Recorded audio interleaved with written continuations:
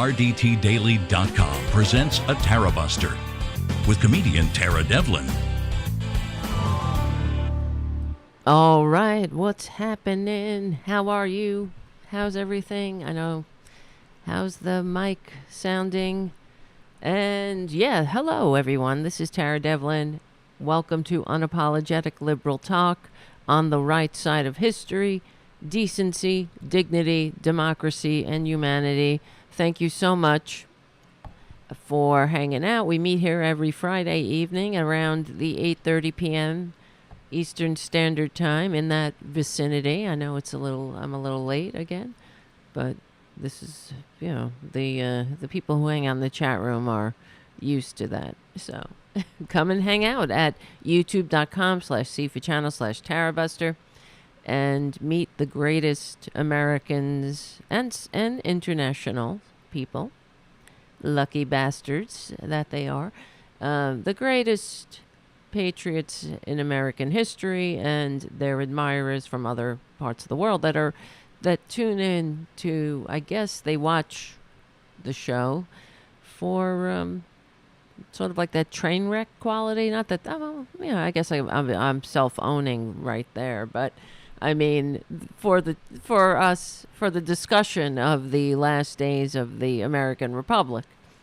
That's what I mean. Not that the show is a train wreck. Sometimes it is, but I put the I heard you guys. Some people don't like the cats, I have to tell you. So I get some comments about that the cats get very annoying, and so we're gonna. Well, what I decided to do, I understand that it annoys me too. So, and you're in the middle of it, and you're flowing, you're doing a commentary, and then a cat jumps up, and it's very distracting. Especially, it's sort of like, So, I put Tara Jr. in the bedroom. So I'll bring them out at the end of the show or something, rather than have the free reign. Because for some reason, Tara Jr. just, whenever I start the show, he gets very, spicy about it somehow. I guess it's my hands, my passion flowing or something, and he doesn't understand what's happening. So he sees me, maybe, who am I talking to? Yes, I know there are some dissenters in the chat room saying that they love the cats, but we'll try to find that happy medium. We'll see. And sometimes it won't be possible for me to put them in the bedroom because I might have a rescue in there. So we'll have to play it by ear, and yeah, I know. So we'll find a balance, and I think Francis is still out here somewhere. I think Ray and Junior are in. It's really Tara Jr. who's kind of a pain in the ass. If they just sat in the cat tree and did cat things, that would work. But it's that he free Junior. I see people in the chat. Thank you, Jim, for your super chat. Free Junior. Thank you so much. I will free him. At the end of the show, we'll bring him out, and we'll have a little get together. All right. He's all right. He's fine. He's laying on the bed. He's got a beautiful pillow that's very soft that he loves to lay on. It's one of those soft pillows that you get at the at a hotel. I went to this hotel, and the pillows were like amazing, and I had to find out what brand they were. Now the brand is escaping me, but they're like the softest pillows on the face of the earth. It's not my pillow. It's not Mike pillow. Those pillows suck. Those are something. I heard that there were a lot of and I'm not just saying this. I heard that the pillows, of course, are.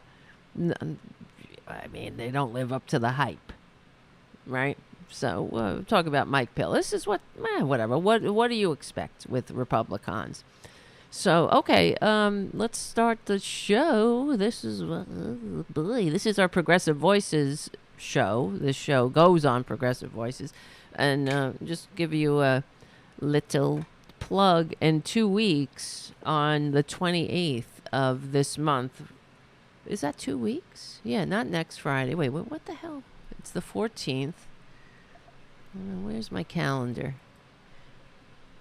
Where's my... Okay, yes, in 2 Fridays from now, we're going to have a conversation with John Perkins, who wrote Confessions of an Economic Hitman. He's coming on the show, and that's going to be pretty damn cool, I think. I remember this book from years ago, so this is an updated. There's a new addition to it and I mean, we'll hear all about it when John comes on the show. So I'm looking forward to that because I've always admired him from afar. And now we get to admire him in the Tarabuster community. He's going to call in. So, all right. So that's a couple of weeks from now. And thank you, Barry, for your super chat. So nice to see everybody on a Friday. And I apologize for not being able to do a show this week during the week, but I had many scheduling problems. And then I was with Robin, and we filled in for Mike for the Mike Malloy show yesterday.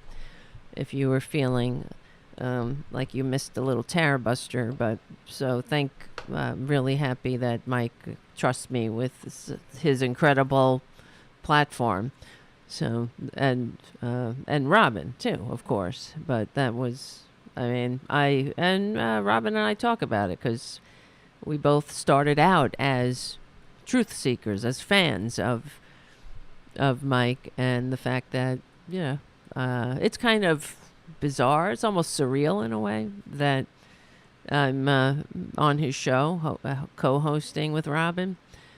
Since I remember years ago, I started listening to Mike. I found him on Air America, and I wasn't aware of him before, and I became an instant fan.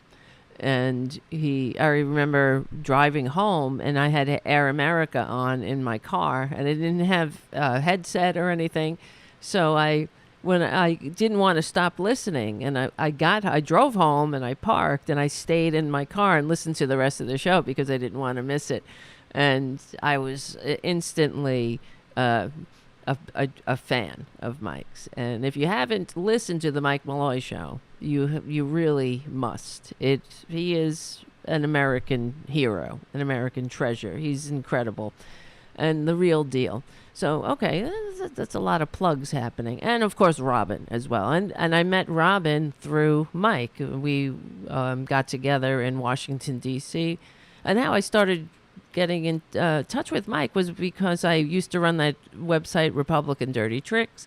And he started reading some of my stuff on the air. So, and then we began corresponding on email. And then we met in Washington, D.C. for a rally where Mike got arrested, and that was it. We were what's the old saying? I spent a month.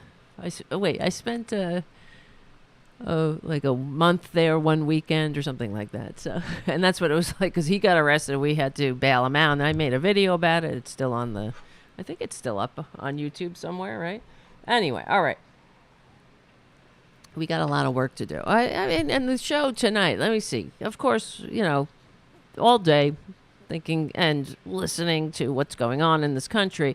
I don't know if you know that, well, you probably know because you're into politics, but the Republicans are meeting with their NRA masters, their paymasters, and they're all going to because this is the NRA. I guess it's happening now, or I don't know. But, it's the NRA convention because they have no shame. And I was watching, of course, some of it because I figured we would talk about it. And Mike Pence spoke at I listened to his entire speech. And it was, of course, an abomination. The lies coming out of his lie hole are it's stunning to me how really, I mean, but why am I stunned, right? This is who they are. I just want to, I tried to capture the, screen capture this speech, but I just kept having a technical problem. Every time I did that, it came out with, the audio was all jumpy and stuff. So I'm going to see if I can play it off the screen. Just a little bit. Let's see. Oh, God, it's just unbearable. And that's you guys over here. And thank you for your super chats. Barry, thank you so much, Barry. And thank you, Pookie's mommy. And, of course, Jim. Thank you, Jim. America, you in danger, girl. Pookie's mama. I know.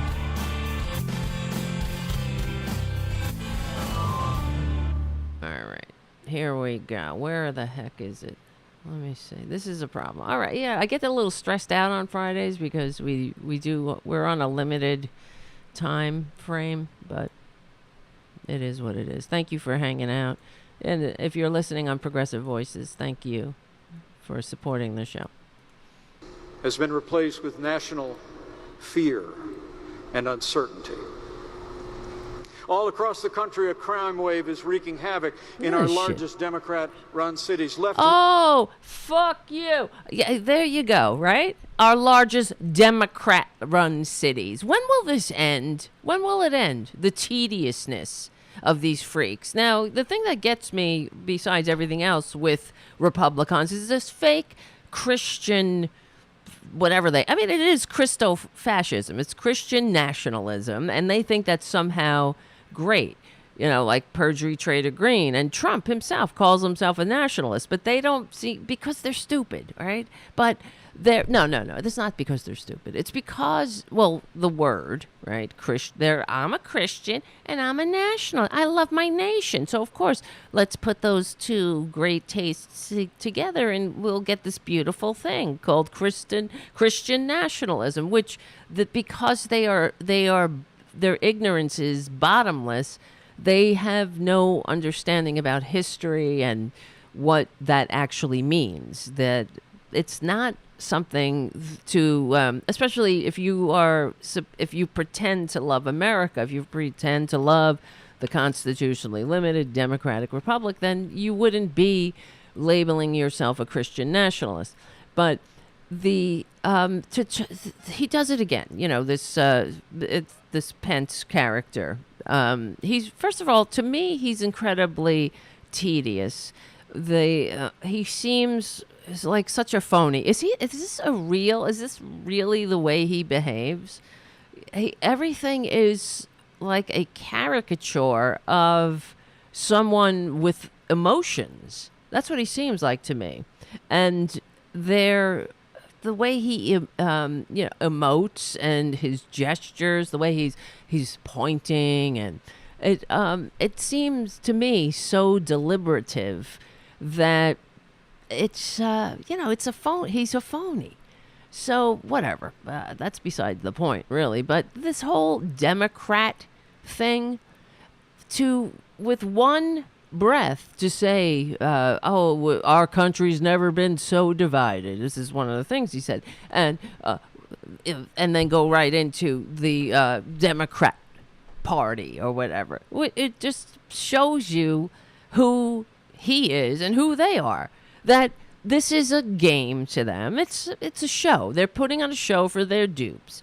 They focus tested the word, right? Democratic sounds nicer. And in fact, there's a quote of Trump on tape saying the reason he uses it is because it just sounds worse. He says something like that. That he says Democrat Party because it sounds worse. And that's all they have.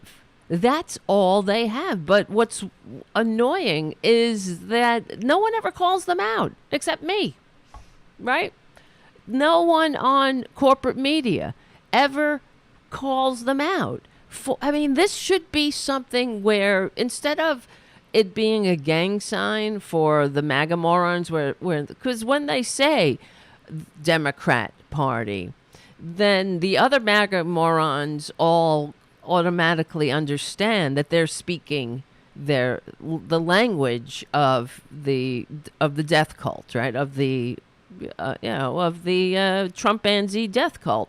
So when Pence says it, when what's his name, McCarthy says it, it's shorthand for these people that, hey, I'm with you. I'm in your cult. I'm in your I'm in your blood-soaked Ghost of the Gilded Age death cult. And that's just, it's how they recognize each other. That he's not a normal Republican. That's what it's saying. They're not like, what they're calling, what do they call them? Well, they call them rhinos, right? I'm not a rhino. I'm just like you. I hate democracy just like you. I hate diversity just like you. I hate I hate our nation of laws. I hate our system of voting. I hate the liberal age of enlightenment. I hate our diversity of thought and religion. I hate that. And we have them on video now. Of course, everybody has a phone now, but we know. We get them. We catch them in the act of being themselves, and they've even said, these Republicans have said, "Oh, I'm tired of this old separation of church and state junk." That's something that Lauren Band from the Bowling Alley Bolbert said, and I just hope, you see, just like how we've been calling them fascists for years and years, and finally now the corporate media seems to be catching up.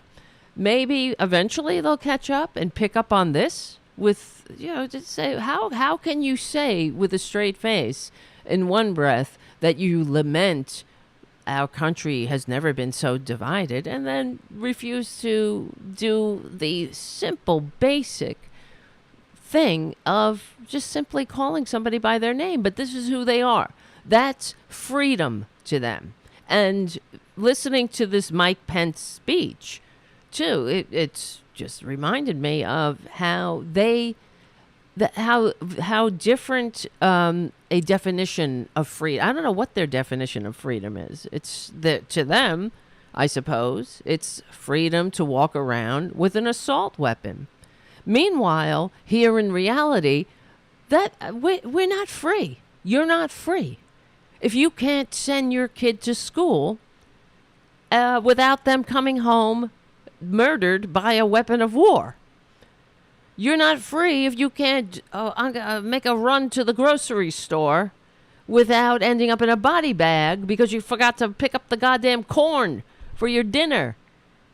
Or you're not free if you can't go see a concert or go to church or a synagogue without having to be worry or be one of the unlucky victims of yet another uniquely American gun massacre.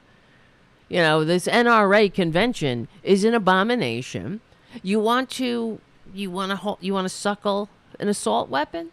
Join the National Guard. But these people, they are now, it's not just the right to keep and bear arms, a well-regulated militia. But they forget the whole well-regulated militia part, of course. But to them, it is now become the so-called right to have an assault weapon. They're conflating the right, and it's not a right. You don't have a right to an assault weapon. And the Supreme Court and other courts have confirmed this again and again and again, that you don't have a right to an assault weapon. That you have a right to have a gun in your home and protect yourself in your home, but you don't have a right to a specific type of weapon. So it's not unconstitutional for the government to regulate what kind of society we want to live in. And that's really the basic function of government, to set the ground rules that we don't want to die by weapons of war. We don't want to die by weapons of war just walking down the street. You're not free if you have to live in this armed madhouse like this. That's not freedom. Your freedom. You see, this is the thing with Republicans. It's sickening. They simply hate, the diversity of this nation. They just hate humanity, and that's why they want everybody in their place. And it's because they're cowards. They're inherent cowards. They are easily triggered, and the world is scary to them. It's all the different people. It's very scary. That's why everyone in their minds, for them, they are attracted to hierarchy. So that kind of makes, takes this scary, complex world and puts everybody in their place. And then they have the daddy at the top protecting them from all the others who dare come out of their place and upset the so-called natural order of things. And that's really conservatism in a nutshell. And Rush Limbaugh said it. Some people are just born to be slaves. That's the conservative, really underlying ideology that I wish the Democrats would start reminding the American people. Just like they need to remind the American people when the Republicans talk about freedom, what are they talking about? The freedom to call somebody the N-word, or the freedom to misgender somebody. That's what they're talking about. The freedom to shove their twisted worldview down everyone's throats, right? Because they're always, the Republicans are always lamenting how everybody's shoving things down their throats. But they're the ones who are shoving everything down everybody else's throats. I don't give a crap what they, I say it all the time. We're not going in there and telling them not to have 19 kids and counting, right? Are we? Even though it's pretty damn selfish, I would think, in this overcrowded world as it is. Okay, but you're having your 19 kids and counting.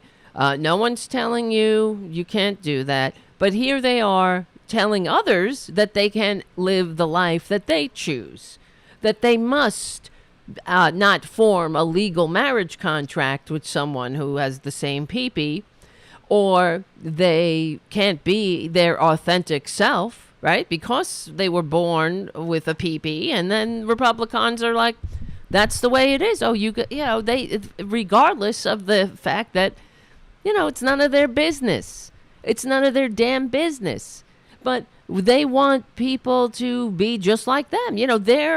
This is why they are they nothing will ever get done. We will not have a functioning democracy or a modern society worthy of being called great in any sense of the word with Republicans in charge. They must be sent to history's trash pile. That's really the truth. They need to, because Republicans, this conservatism is not, they're not meant to be a majority party. As we see, they can't handle it. They don't, they always abuse power because there's something wrong with them, really. And I'm just not just throwing out pejoratives. We have the receipts. All the what's wrong with somebody who calls himself a Christian, like Mike Pence, right? He says he's pro-life, but I listened to the whole speech, and I won't put you through the whole thing. Now that I'm talking about it, I would play the whole thing and just comment on it because there's so much to really unpack. But in the speech, he's calling for, let's see if I can find this, executions. How did he put it? See, oh yes, okay. I believe the time has come to institute a federal death penalty statute with accelerated appeal to ensure that those who engage in mass shootings face execution in months, not years. Applause, of course. Now we're one of the only countries on earth that still practice execution because we are very sick here. And I mean, as far as what my view on on capital punishment is, I know that it's. I would say that I'm against it, but only because. Now, I mean, it's of course this is not the law. This is the way I feel about it. So it's just my opinion. But I think that some people, like serial killers, need to be executed. That's what I think. Okay, I mean, somebody like a Ted Bundy. What value? I guess they could study him, but somebody that who is so disgusting that they find prurient pleasure in murdering people, and then they do that again and again and again, like an addiction. That to me needs to be taken off the planet. So of course, is that hypocritical? I've listened to. There was a defense attorney who defended Ted Bundy, and his girlfriend had been murdered. A victim she was murdered, and she was against the death penalty, and very vehemently so, but apparently. He told the story how she came to him in a dream saying, "Don't use don't use me as an excuse to change your stance on the death penalty." This is what he says. Who knows? Whatever. But so he thought, well, if I'm anti-death penalty, then I need to really put my money where my mouth is, and he. Defended Ted Bundy, but I think somebody like that, somebody like the BTK killer, people like that. That's disgusting. It's not just disgusting. It's just that you can't have people who just hide in plain sight and then go out and murder people in their homes or kidnap them and murder. So that's my opinion. I think that's. There are some people need to be taken out of the possibility, but also the fact that there's something wrong, of course, to put it mildly, with somebody that uses especially like a Ted Bundy. Why am I talking about this? Who used the ruse of being helpless and asking people to help. He was put himself in a sling and would ask for help. And because human beings are interdependent, if you have somebody who does who does that to others. Yeah, I know I'm sounding like an asshole, but whatever. Who does that by using our innate sense of interdependence. I mean, you just can't have that. Anyway, whatever. So that's my opinion on the death penalty. But as far as others, because I know that that they have executed normal, innocent people. And there are, of course, the racial aspects to the system, and that they have exonerated not more, more than a handful of people on death row have been exonerated by DNA as that progressed. So that, we got it's you just can't take somebody's life willy-nilly like that. But my other opinion on that is that, as a society, even though if somebody hurt someone I love.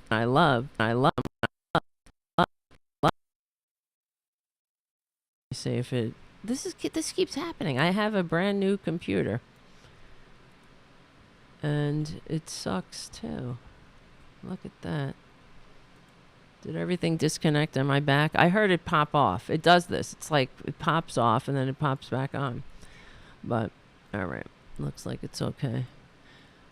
Anyway, so as a society, I believe we should, what do you call it? You know, bring out the better in each other, not bring out the worst. And because there is a mob mentality involved as well. So, anyway, so that's my opinion on that, whatever. But as far as Mike Pence, you know, he's like the rest of the so-called pro-lifers. It came back okay. Thank you, Haiku. I don't know what the fuck, you know.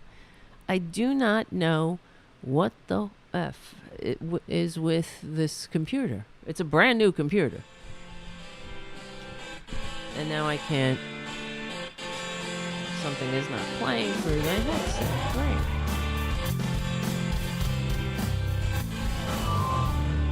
All right, we're back. Looks like the Farrago disconnected in the middle, but okay, as long as I can hear it, I know where the cues are. Everything sucks. All right, whatever. I probably lost all my audience. So anyway, Pence. Let's get back to Pence. And I don't want to spend all night on him because I have other more other interesting stories to talk about. But yes, but you see what Republicans are doing now. They know that the executions do not deter mass shootings. Okay, and everything that, and in general, because we have plenty of studies now, because we are one of the only countries where I think we're among peers such as China, Saudi Arabia. I think there are just 5 countries. Let me see. Let's see. Countries with the death penalty. Death penalty. And that's the other thing. Now, I could say I think that we should not have a death penalty for everybody except serial killers, right? But if you proclaim yourself pro-life, so-called, then you should be pro-life, right? I'm not here saying I'm so-called pro-life, but I'm certainly more pro-life than a right-winger. And that's the other thing, to call them by their chosen name. So we give them that courtesy, right? They can't say Democratic Party, but we call them pro-life because that's what they call themselves, even though it's wrong. They're not pro-life. They are pro-birth. They're not pro-life. They're for the death penalty. They're for violence. They're not for life. They're certainly pro-abortion, I have to say, because their policies create so many abortions. They just want to control women. They're not pro-life. But, you know, we call them that, and they can't even call us by our name. So I think it's to my frustration, to my eternal frustration. The Democrats, they never seem to call the Republicans out on their utter hypocrisy. Yeah, that's one aspect of it. But the other aspect is the patent failure, the absolute failure of their policies. If they are so pro-life, then, you know, I mean, of course, the death penalty is an easy one, but also if you're so pro-life, then why don't you support policies that actually reduce the numbers of abortion? And they don't. So just like with school shootings, we're going to hear all kinds of so-called responses, you know, like that Marsha Blackburn, the senator who said, "We stand ready." And then ready to help. It's too late, honey. You already did your job, right? You did what you do, which is nothing except bring more guns into the streets awash this country with assault weapons and take your NRA bribes, what's done, you've done it. You've killed more Americans. You've inflicted more pain on this country. But they don't stand ready to do a damn thing, but continue to kiss the ass of their paymasters. And because if they stood ready to do something, they would support policies that actually prevent the gun violence, massacres from happening. They would support the assault weapons ban. They would support bringing it back. It would be a no-brainer. It would already have been done, like what happened in New Zealand. They had one gun massacre, one scumbag committed a massacre. That's all it took. It didn't take more and more tiny coffins. It didn't take it. It didn't take all the pleas and the thoughts and prayers and the goddamn redundancy of that. It didn't take getting to the point where the number one cause of death for children in this country are guns. Gun violence. That's disgusting. And, because, I mean, it's just disgusting. But it used to be the number one cause of death for for children used to be cars, used to be auto accidents. And guess what? It's no longer the number one cause of death because we legislated. They responded with actual legislation, seatbelt laws and speed laws and safety laws. Like you couldn't have a kid in the front seat. Children had to be in car seats, things like that. That's all legislation. That didn't come because people were feeling all of a sudden like, we need to put safety first here. It's just that we as a society and those first responders that had to go to the scene and peel the little babies off the goddamn asphalt, they were sick of it. So we did something about it. We can do things about it if we want to. But yes, what needs to happen are it's the assault ban, the assault weapons ban. There, you don't have a constitutional right to an assault weapon. And let's take it, how Republicans are always like, we're on a slippery slope. If you allow people of the same pee-pee to marry, next thing you know, you'll be marrying your dogs or goats and cats or whatnot, which of course never happens. But what's the slippery slope here? Why not, assault weapon? You don't have a right to a grenade launcher, do you? See, that's regulated. Why not? Why don't you have a right to a grenade launcher, an anti-tank weapon, something like that, right? What about, what kind of ordnance, perhaps, bomb-making equipment? Why not? You don't have a right for that. You don't have a right to make a bomb. Right, to keep and bear arms. Oh, okay. But you have the right to a weapon of war, to an assault weapon that was created specifically for soldiers on the battlefield. That's where the M1 came from. This is all the the M1, the AR-15 is the M16's cousin. So that's a weapon of war. This is what you get when you're in the military. So you don't have a right. So you don't have a right to an assault weapon. And I think that the freedom of society certainly takes precedence than some stupid scumbag who can't go to Walmart without strapping on a goddamn assault weapon. If you need to do that, then you need help. You don't need an assault weapon. And the other thing the Republicans are talking about, of course, mental health. They're so full of shit, though.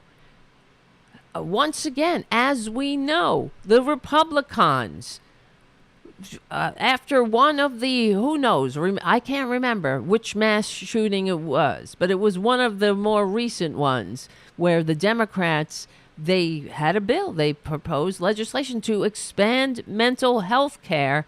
It was written. This was for schools, expanding mental health care for students in school. And what did the Republicans do? They voted it down. They voted against it. So spare me your thoughts and prayers. You freaks, you freaking goddamn blood-soaked ghouls.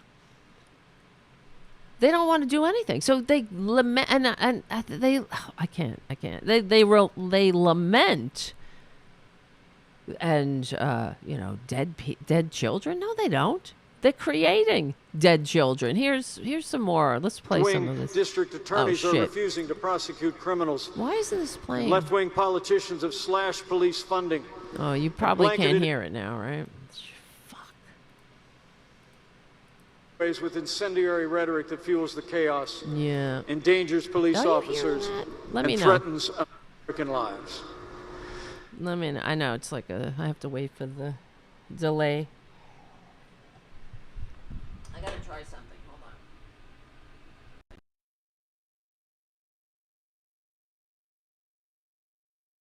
on. Now let's see. System audio. I'm getting a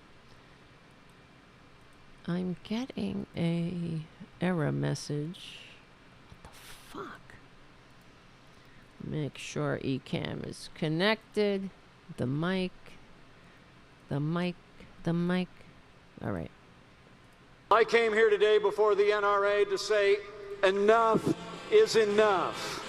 It's time we took a stand for America and for freedom. For freedom. Because the truth is, can you hear that, guys? When I play that Mike Pence clip? Is that coming through? Let's see. And what did I'm hearing myself. NRA to say... Oh, yeah, it is working. It's coming through, right? It sounds like blah, blah, blah. You can hear it. Okay, thank you, guys. Thank you.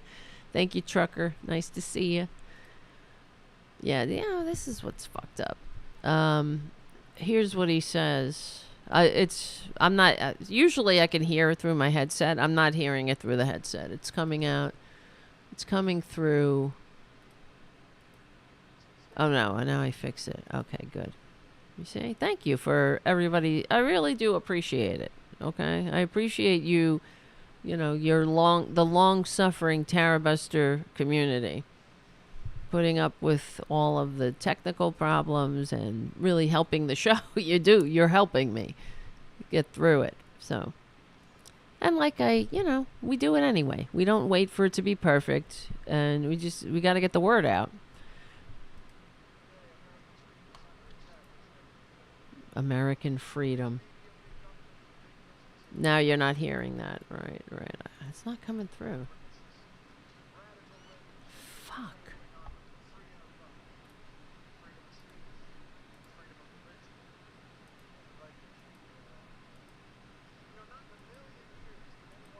Yeah, it's not working. Fuck this. All right. I don't know. Isn't that odd? It stopped working. Weird. All right, I won't play it then off the screen. Too many problems. But anyways, the thing that I was going to play is that Pence goes on and says, this is what he says. I'm reading the transcript off of C-SPAN. It says, let's see. The Bible says, we mourn with those who mourn and grieve with those who grieve.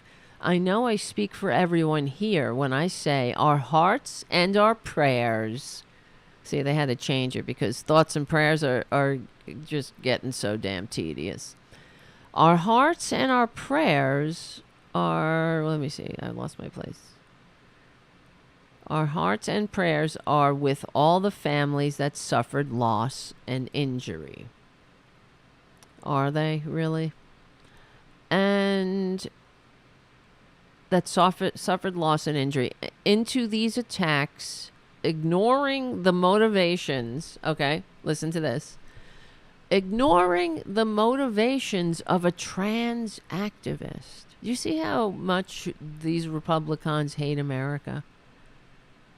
A trans activist that killed 3 children and 3 adults at a Christian school.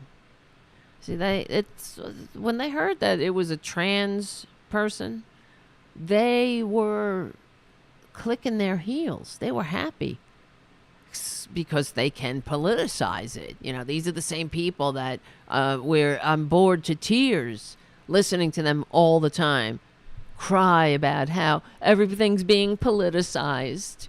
We're being politicized. Trump being a crook, getting the long arm of the law finally catching up to him. Oh, it's all political. Don't be so politicized. Don't politicize the school shooting.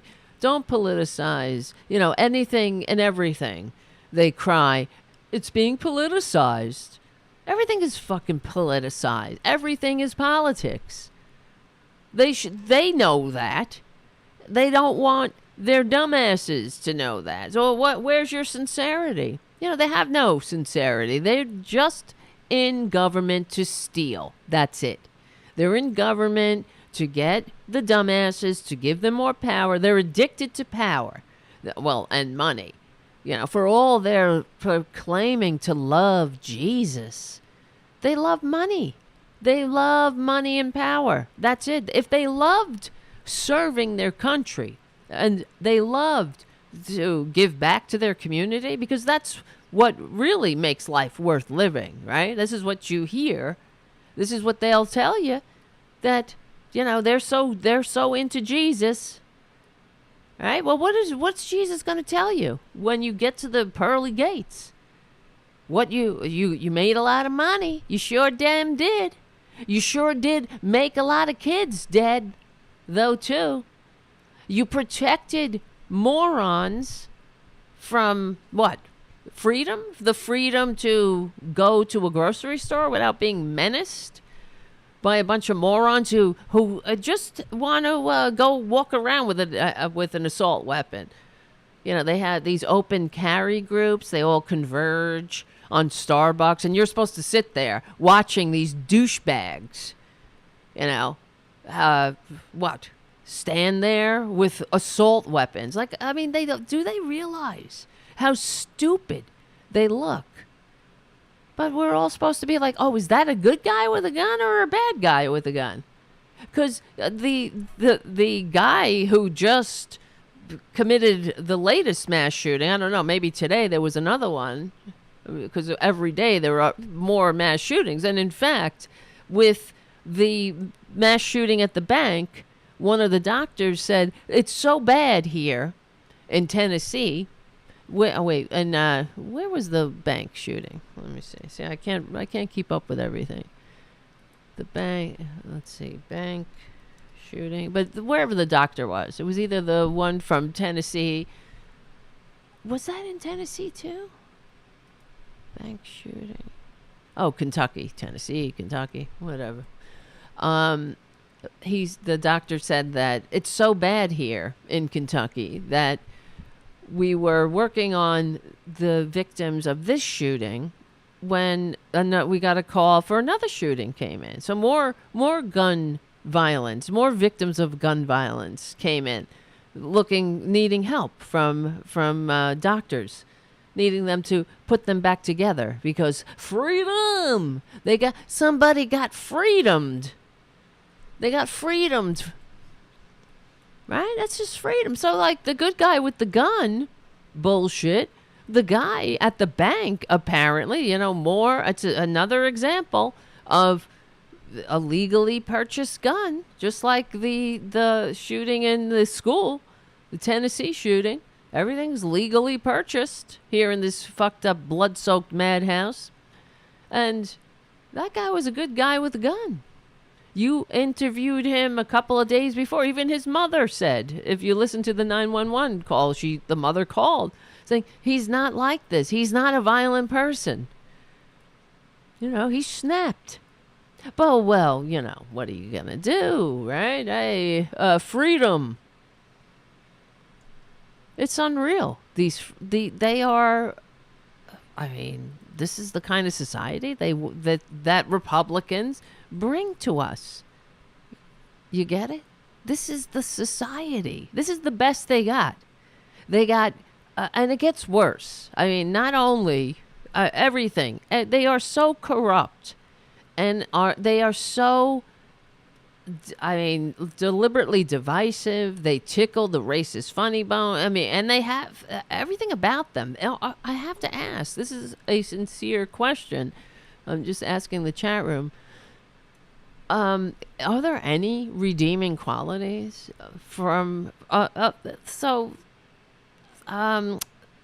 the Republican Party? Does the Republican? I'm trying to phrase it right. Does the Republican Party have any redeeming qualities? I guess that's how you phrase it properly.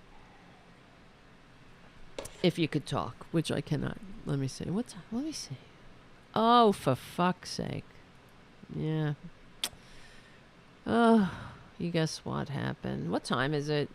The stupid fucking thing went on. It didn't. I hit the goddamn. I'm going to have to cut this out. This sucks. What time is it? What time did I start the show? 9:30. I started around 9:40. I mean 8:45. So it's 9:30. That's 45 minutes. What a shit show. So let me see. 45 minutes. This blows. I was like, what's going on? I'm going to have to cut this. So let's see. It's 8:45. 9:45. So we have an hour and 15 minutes. Let's see. I can't believe this. This sucks. Should I start over now? It's 9:30 already. I feel like we should start over. I've only been on the air for 45 minutes. We'll take a poll in the... What do you think? Anybody? I don't know. Whatever. I need to get to sleep tonight. Let me see. So, blah, blah, blah. I'm just trying to figure out when to start the timer again. I'm going to have to cut out a big chunk. Big chunk of change here. Okay. I started at 9:30. Wait, it's 9:32 now. Okay. So, no, I started the show at around 8:45. 9:40. So it's only 45 minutes. Just trying to figure out.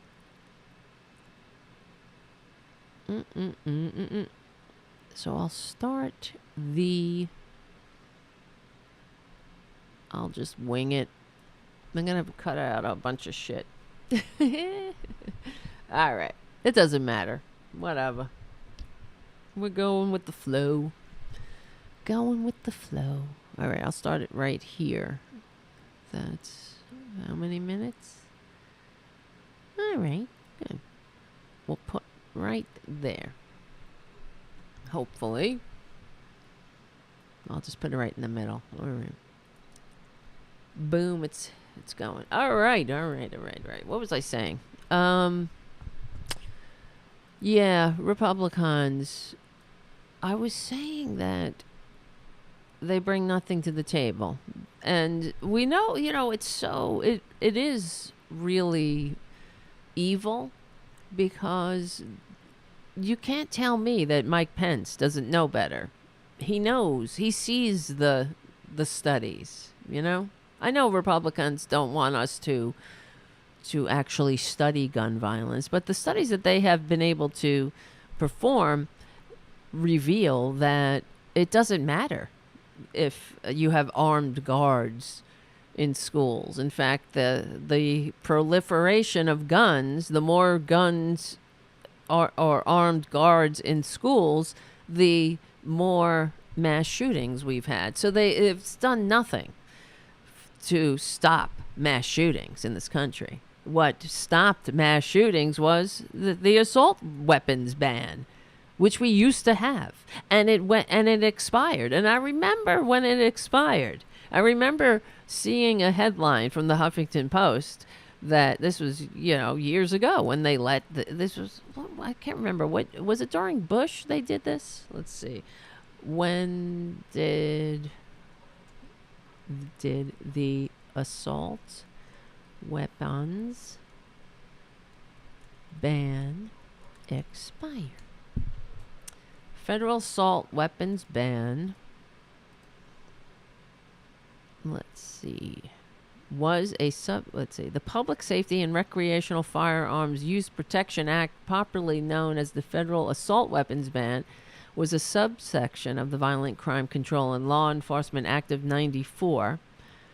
The 10-year ban. I remember this because I remember saying at the time that it's things that we desperately need are always put on, temporarily, right? But the things that we don't need, the things that turn the country from a country that maybe is trying to work for all to a country that promotes the welfare of the corporate elite over the welfare of over the general welfare. That stuff is permanent, like Trump's tax cuts or the Bush tax cuts. Now they're permanent. Thanks to, that's Obama, right? They made the Bush tax breaks permanent. Then we don't need to be economists to realize or to know that when you lower taxes on the rich, when you get to a certain point, and the studies show that under a 50% top marginal tax rate, the gap between rich and poor gets wider and wider and wider. And now I think it was down to less than, I can't remember now, it's escaping me. Because I know that Joe Biden lifted it or raised it a paltry amount, and Republicans squealed like the basic bitches that they are. And it's nowhere near 50%. It needs to be at least over 50%, because this is where we see as Reagan lowered the top marginal tax rate and it fell below 50%. That's when the gap between rich and poor began to widen and widen. But they want to continue that. To them, that's a job well done. You see, they're not trying to make a functioning democracy, as everything they promote can attest. All right. So when Mike Pence is saying things like, here's his, of course he goes on about the trans activists. What's that about? Never a call for unity. It wasn't a trans activist. It was a fucking mentally ill person. I don't know what the motivations were, but for every trans activist, so-called, every trans shooter, there's 1,000 white men who commit gun massacres, and that's the actual statistic.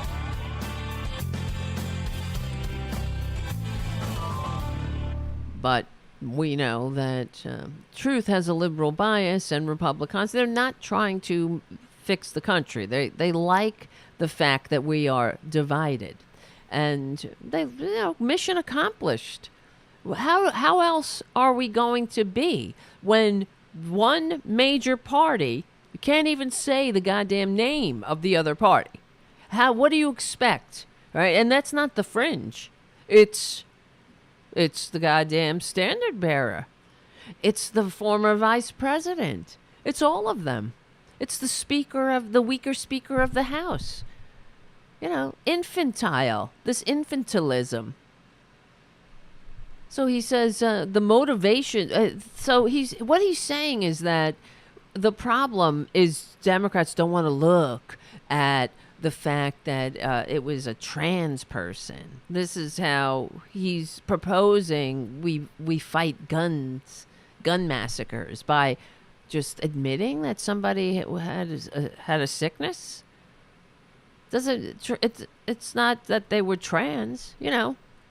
If you want to go by statistics, you'd say that straight white men are very ill, and they are. They commit most of the violence in society, hands down, across the board.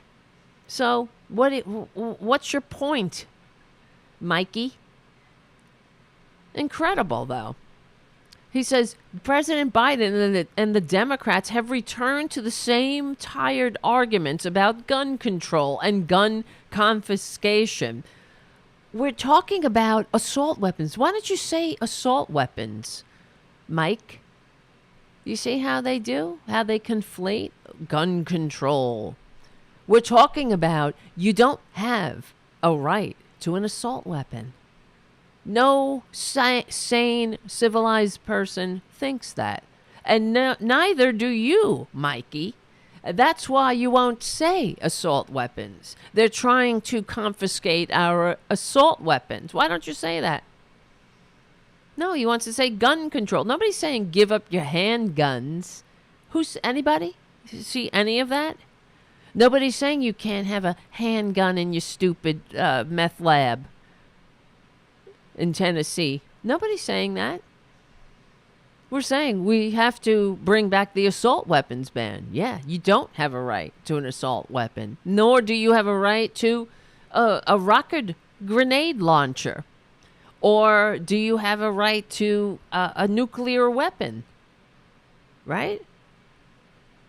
You know, we've all seen the movies where some crazy billionaire builds some kind of weapon that's going to blow up the earth. Why not? Why? What do you think? What's stopping Elon Musk from putting a nuclear weapon on one of his stupid rockets? Does he have a right to do that? He's just protecting himself. Freedom and all, right? Freedom. Fuck. Why do you have a right to an assault weapon? You don't. You simply do not. Well regulated. I'm so sick of it. That shall not be infringed. We keep hearing this. Well, what about the whole well-regulated part? Right at the top there. But they're sick. These are sick people. And they hate America. They want this country to be an armed madhouse. They want to turn people against each other. They want to vilify. They want us vilifying the targeted minority group du jour. And right now it's trans people. And interestingly enough, when you look at history, as I often do, with the history of the rise of fascism in the 20th century, and if you put the attacks on trans people side by side with the German fascists' attack on the Jews, there are so many eerie similarities.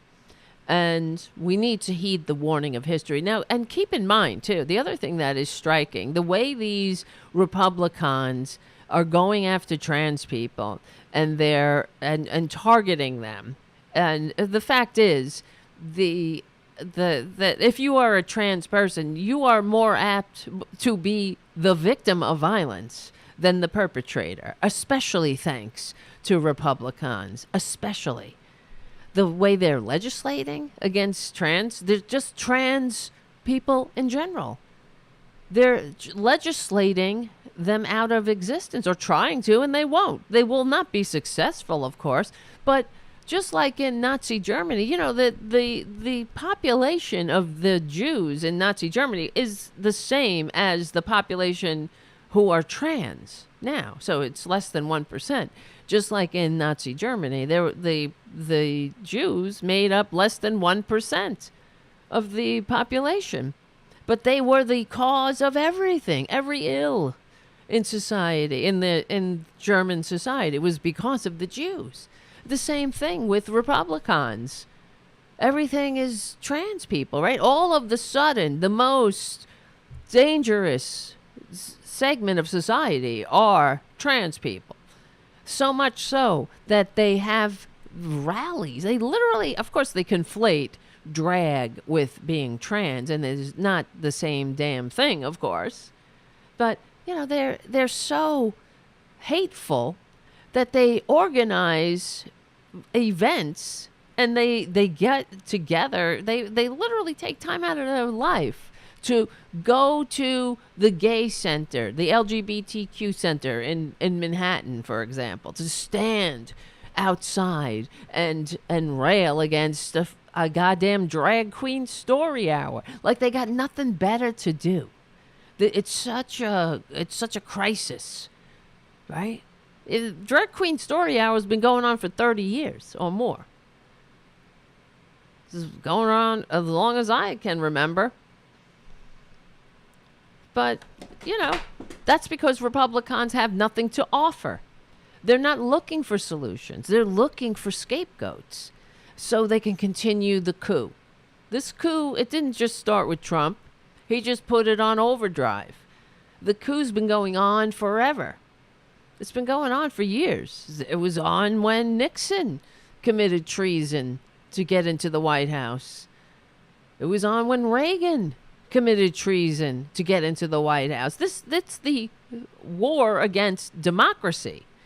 Because when they say they hate government, that they want to drown government in a bathtub, that government is the problem, government, I'm from the government, I'm here to help, I'm terrified. That's the 9 most terrifying words. Well, when they say that they want to drown government, it means what they're saying is they want to drown democracy.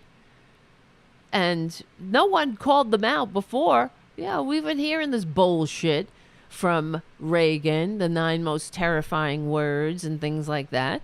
Democrats never called them out. Say, what are you talking about? You hate the government that the founders fought a revolution to create and entrust to us? What the hell is wrong with you? Why? I thought you loved America. Well, it's all performative. Their patriotism is performative. It's for the dupes. They put on a show of patriotism, just like they put on a show of governing. Like, for example, Jim Jordan, Jacket Off Jordan, coming to New York to put on a show for the dupes. He's got no business coming to New York. He's got no business here. He's there. He's trying to he's trying to protect his con man Fuhrer's ass. And he's putting on a show. That's all they do. Like the weaponization of the government committee. That's a show. Don't give a shit. The weaponization of the government, Republicans should know.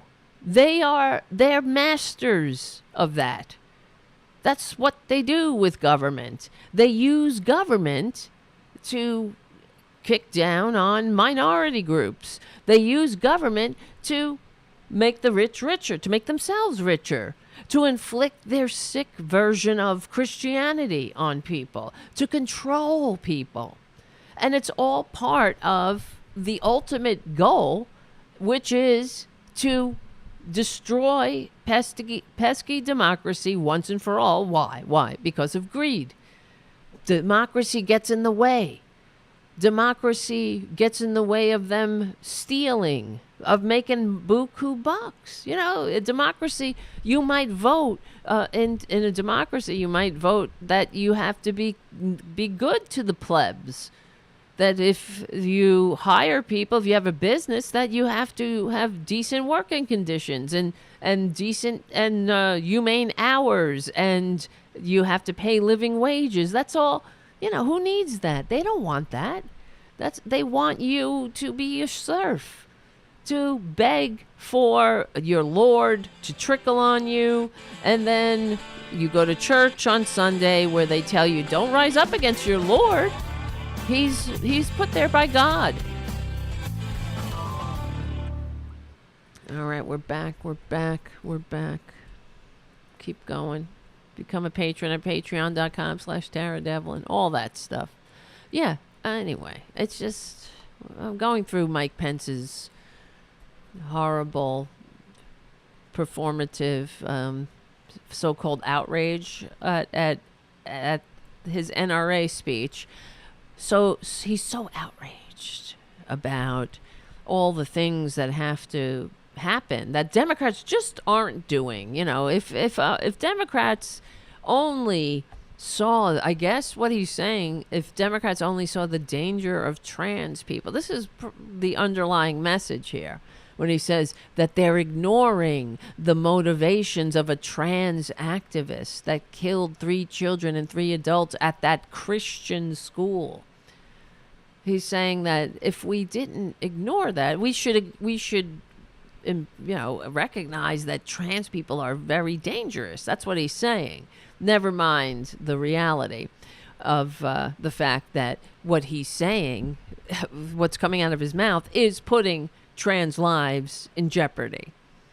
And, spreading ignorance, of course, because that's what we can expect from Republicans. They never bring light to a situation. They never bring hope, light, decency. No, they never bring humanity, unity, e pluribus unum, none of that.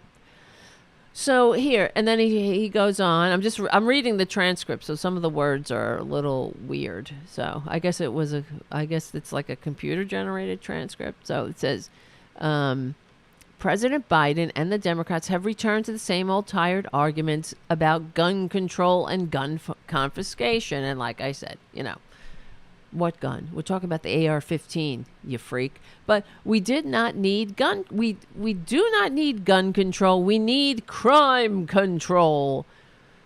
And gun. We do not need lectures. Oh, wait. We need crime control. We do not need lectures about the liberties of law-abiding citizens. Like the guy who bought the AR-15 and then he was a law-abiding citizen until that day that he wasn't. Right? It's the truth. He was his mother said he's not violent. He's not a violent person. Until he wasn't.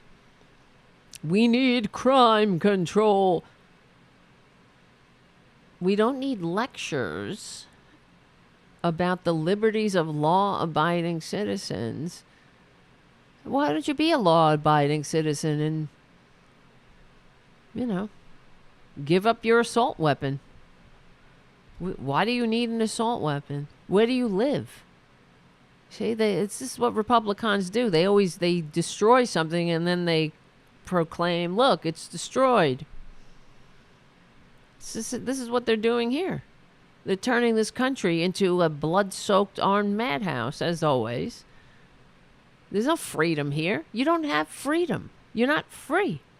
You're not free to you're not free from being massacred by a weapon of war on the streets of our cities and towns and rural areas. It doesn't matter where you are.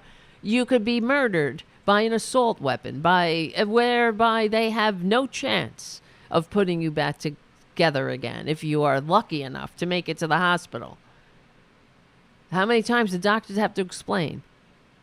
The assault weapon turns your innards into mist. There's nothing to reattach. You're done. But you need that, right? Because that's how much you love America. You love America so much, Republicans, that you need to walk around with an assault weapon. Because why? What is it about Americans that so scares you? Is it that freedom? Is it the freedom to, have your darker pigment? Is that it? These people, they're so transparent, really. Like, I didn't even talk about it, but in Texas, as you know, what's his face? The Texas governor is I don't know if did he do it yet. He's talking about overturning, pardoning a murderer, a guy who from his car shot at another guy and killed him because he was walking towards the car. And eyewitnesses say, I mean, he was convicted by a jury of his peers, and here come the Republicans with their message saying, go ahead, kill protesters, kill black people, kill Black Lives Matter protesters. That's their message. You see, now, because the guy apparently was wheeling his girlfriend who was in a wheelchair, and he had an assault weapon as well. He was also armed, but it was slung over his shoulder. He wasn't pointing it at anyone. He was just walking in the direction of the little white coward in the car, and he shot him, the murderer. This is where we live. But it was a Black Lives Matter protest, so Republicans can't have that. The message is run Black Lives Matter protesters over with your cars, murder them with assault weapons. You can't have a movement of Black Lives Matter because that's a dangerous movement. There's not just people with darker pigment in that movement. It's all people of all pigments. But we have to give the impression to the morons that the Black Lives Matter protesters, they're horrible. They need to be murdered. It's fine. Murdering them is fine. Now, let's play the game. If it were let's say the shoe was on the other foot, right? And a Black Lives Matter protester was sitting in a car, and a Trumpanzee armed with an assault weapon started walking towards him, and the Black Lives Matter protester shot him. Do you think that the what's his name, Texas governor, why is it Greg Abbott, of course, do you think that Greg Abbott would step in and pardon the Black Lives Matter protester? Absolutely not. These people are so transparent. They're disgusting. They're just, yeah, right. Jim on the chat says the Antifa army could attack at any time. I guess that's what they say. That's why they need assault weapons, because they hate this country that much. That's what it is.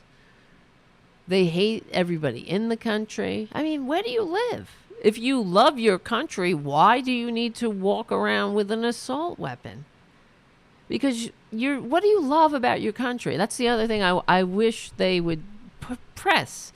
When the corporate media gets these people on their shows, press them. What are you talking? What do you love about America? You know what they'll say? Freedom. I love freedom. Well, it's time we take that back, too. We take freedom back. Because Republicans have turned us into we're not free. I don't know, what's the word? They've turned us into a fearful, controlled populace. Hold on. I mean, we're not allowed to read books Republicans don't like. We can't go to drag shows, right? You're a drag performer. You can't be a drag performer now, even though that's a art form that's been going on for how long? Centuries. It's ridiculous. But they hate freedom. They just hate freedom. And, let me play this, actually. One of the Tennessee Three was on Chris Hayes' show. If I can find it. And she was explaining, well, maybe I'll just tell you what she said because it's hard to. She was explaining that because he asked her, what what do you, what's wrong with them, right? Why they pull this stunt? It's so comical how it's backfired spectacularly when, them ousting the two Justin Jones and Pierce representatives, and almost ousting the female member of the Tennessee Three. And yeah, so Chris Hayes asked, like, wow, how stupid are these people? I'm just paraphrasing. How, it's almost comical how badly this stunt backfired, because now they made heroes out of these young men, and they certainly turned the spotlight on Tennessee, where we see their antics, and they don't look good to the world, not just local news. All the news of the world was on them. So she said her response was, they simply just don't know how to behave. They're not legislating. And it reminded me, actually, of what we talk about on the show. And she kind of validated it. But all you have to do is just use your own eyes to see how they behave. That's what she said. They just do not know how to behave. And they're not there. And the way she was putting it was that they are, they're infants. They're immature. All of them. They are authoritarians as well. That whatever their view is, they think that they have a supermajority, that this supermajority means that everyone is free to do exactly what they want them to do. So you're free to do everything they need you and want you to do. That's your freedom. And they have no debate. And she was saying that the week that the eyes of the world were on them. Oh, wait, I found it. Here it is. I found it interesting. Here we go. Are behind them 100%. We saw it today in Memphis. We saw the excitement to bring Justin back. And, my colleagues, I tried to figure out exactly what their strategy is, and it's not working. Yeah, I want to follow up on that, because I don't know if you got to hear the monologue in your intro, but I just don't quite get it. And he said, it's not working, and I think strategically it looks like they did not play their hands particularly well here. But as someone who served in that body, and I know you served for a turn and then you left and you came back, if you could shed any light or insight into why'd they do this? Why did they go to the mattresses on this? Why did they go to the most extreme form of punishment only to have this sort of blow up in their face? I'd have to say they're an incredibly retaliatory body. The administration is retaliatory. The body is retaliatory. If they don't get way, they're like kicking, screaming toddlers, quite frankly. If they don't get their way exactly, then they really don't know how to solve problems. It's very, you can see that in the legislation that they bring. They're not thinkers. It seems like they react to everything. It's like we're in charge. We have the supermajority. We are MAGA Republicans that are going to control this legislature. And if you do something that steps outside of that, they really just lose it. I mean, it was, as a teacher, I could think, okay, how do you handle that situation? It was a pretty simple one for me, how I would handle a situation like that. But they really just completely had no idea how to behave. And of course, they go to the extreme measure, just as they punish, cities that defy them, like Nashville, and not allowing the RNC convention to come. And this year, what is that? The weaponization of government? Of course it is. There's all this retaliatory legislation against Davidson County. It's just remarkable. And it's like everything is, they're bullying. It's autocracy, really. There's just no question about it. They're like, it's like, you have the freedom to do what we tell you. And they can't believe that because they have the power, we don't just all of a sudden start agreeing with them. It's like, seriously, they think because they have a supermajority, you all now have to agree. Well, guess what? On much policy, I'm never going to agree with them. We're going to keep speaking out. We're going to keep standing up. We're going to keep pushing back.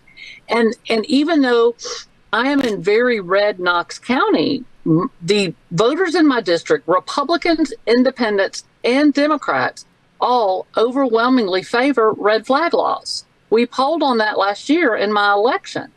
And that is what all parties favor. But they are listening to the NRA and the Tennessee Firearms Association, and they are not listening to their very own voters. On the red flag law, it looks like Governor may move some gun legislation after all this as well, which I thought was fascinating, given how what seemed the obviously visceral emotional reaction that they had to your protest and to being challenged on this, that in the end there may be a little incremental progress on gun laws coming out of this very same body? Well, the governor has said that, and the governor, he did the executive order on background checks, but as far as the red flag laws, he has asked the legislature to look at something or to pass something. The legislature is not really saying that's what they want to do. I saw several videos today of some of my colleagues saying that's absolutely, red flag laws are not going to happen. Now, I haven't seen everything from the whole body, but this was just a few members that I happened to see as we're driving back from Memphis. I'm happy to see them say, we're not considering red flag laws. So why? Right? I mean, and nothing from the Republicans. So Pence goes on. I just wanted to wrap up the thing about Pence because everything that they talk about we know that they're often either a confession or a projection, but they're also a lie. They have no solutions. They continue to lie. For example, here's Pence. I am tired of the excuses. He's going on about, how Republicans have all these great ideas to handle our uniquely American gun massacre problem. But Democrats are just standing in the way. So here we go.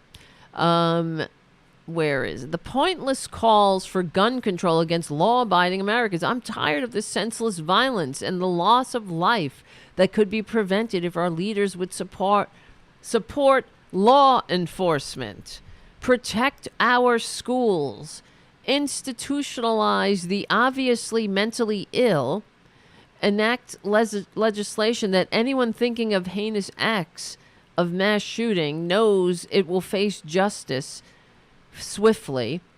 Those are the real solutions, and begins with electing leaders who will stand without apology with the men and women of law enforcement. Now, okay, they're so full of shit. So let me just finish here. Law enforcement, and this is what he says. Those are real solutions, and begins with electing leaders who will stand without apology with the men and women of law enforcement, and end the defund the police movement once and for all. Applause. So we need to support and back the blue. Secondly, with Joe Biden spending trillions on their liberal agenda, it has come time for leaders in our nation's capital to give every community armed resource officers in every public school and private school in America.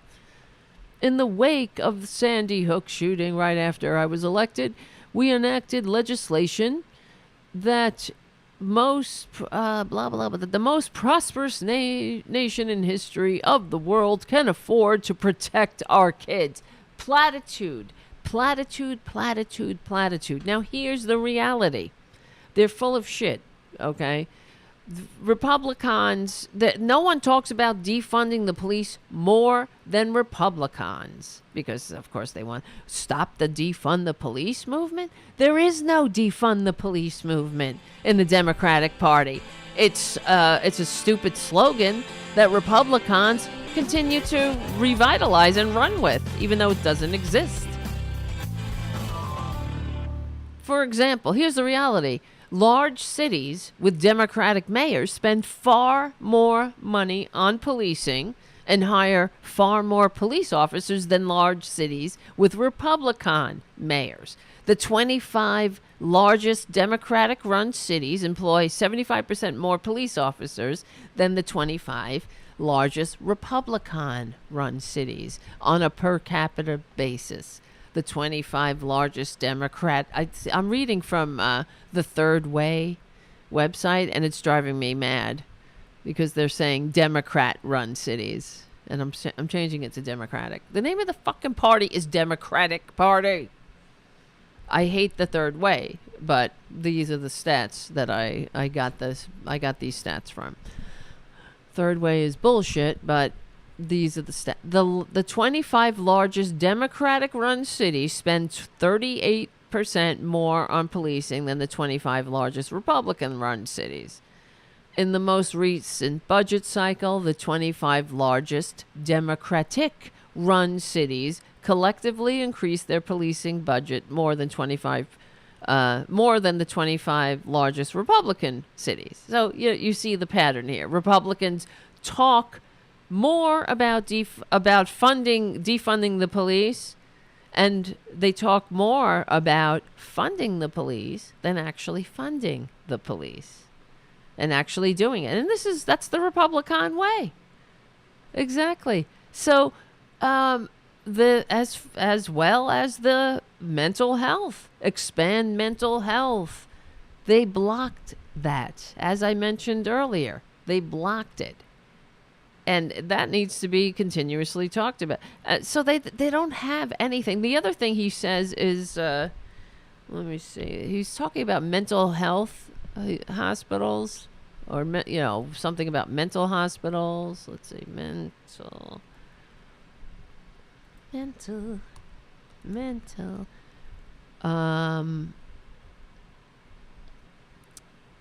Where is it? Doing things that would bring real solutions and enhance safety to America's families, taking steps to end violent crime in major cities, confront the scourge of mental health in this country. Well, why do you not do anything? They don't do anything about health or mental health or physical health. They block mental health care. They block physical health care. They block any kind of health care. We're the only country without health care or a goddamn day off. So if you get shot in one of our uniquely American massacres and you're lucky enough to survive, good luck. Good luck to you getting better, because you'll be on GoFundMe. That's it. That's your health care. Because we don't have sick leave. We don't have healthcare. They don't do anything. You see, they just talk. We have to protect our precious everythings. Where our little babies suffer, the little children, protect them by doing everything and anything but removing arms or removing weapons of war from the streets. Let's just talk about mental health care while blocking mental health care, and then say we need to back the blue while not backing the blue. What are you doing? You hate the blue. They're out there going, defund the FBI, defund the Justice Department, defund. And you see, they don't like the police. Republicans are anti-police. If the police are on the side of patriotism and freedom and democracy, and they are actually serving and protecting the community, then Republicans hate that. They don't like the police. What they like is the police state. That's it. They don't care about police. You're nothing to them either. So that they want you to run into a situation where you have to confront somebody with a weapon of war. That's what they want. That's you're a hero. If you get shot in the line of duty, then you'll they'll make a martyr out of you. They'll call you a hero. They get a lot of bang for that buck there. So he also says, protect our schools, institutionalize the obviously mentally ill, enact legislation that anyone thinking of heinous acts, how are you going to know what they're thinking? And defund the police movement that doesn't exist. Let's see. Finally, with so much violence taking place, thanks to Republicans turning this country into an armed madhouse and stressing people out to the degree where that's the other thing. There's so much stress there in this country as opposed to other countries, because we don't have a social safety net worth anything, that if you get sick, you're on your own, bub, that you can't take a day off. Republicans created this kind of society. If you are hanging by a thread thanks to a social safety net, you better thank a Democrat for that. You don't thank a Republican, because they're after you. They're coming for you because whatever pittance you might be scraping by on, they need to funnel that into the arms of those who will never spend it in 1,000 lifetimes. They need more zeros on their bank account. They need they're hoarders. They need more for themselves, so they could look down and tell you that some trans person is living an authentic life, and there's something outrageous and sinister about that. So let's see. The answer to mass shootings is not fewer guns, right? Here we go. It seems to be the answer on all over the world. The answer to mass shootings has been fewer guns, except here. And for those who are just joining us, I'm talking about Mike Pence's speech to the NRA. So, yeah, but the answer to Republicans is more guns. If you have more gun death, all you need is more guns. Makes sense to a right-winger who hates America, can't live with other people who aren't just like them, who is so suspicious. You hate your fellow American. Now, what part of e pluribus unum is I can't leave my house without an assault weapon? Where do you live? Where do you think you live? Are you in an active war zone? But Republicans are turning our country into an active war zone. But but you're at war with your fellow Americans, because just like their dim Fuhrer says, the worst, it's not Kim Jong-un, his heroes, Kim Jong-un and Putin and all of America's enemies that we have to look out for. It's Americans. It's the nation of laws. It's the people who are working on the side of freedom and democracy. That you got to really watch out. So he says, this is what got me too. We broke ground here in the future state on the first new mental health hospital to be built in 30 years. Men and women, we have got to get back to institutional mental health care in this country.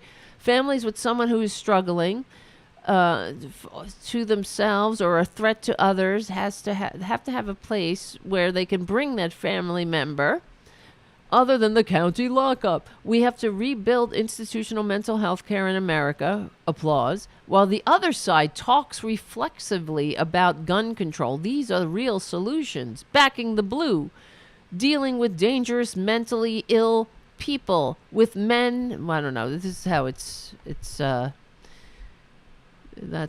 the transcript. It doesn't make sense. It's not, whatever. You know how it is. It's hit or miss. Institutional care. It will. And so here's the thing. He's saying, I'm trying to find the part where he says that Democrats did that. They defunded institutional mental health care. Finally, with so much violence taking place at the hands of those who are severe mentally ill, the answer to mass shootings is not fewer guns, but more institutional mental health in this country. In the 60s, liberals emptied our psych wards. That's simply bullshit. Only to fill our streets and ultimately our prisons with the mentally ill.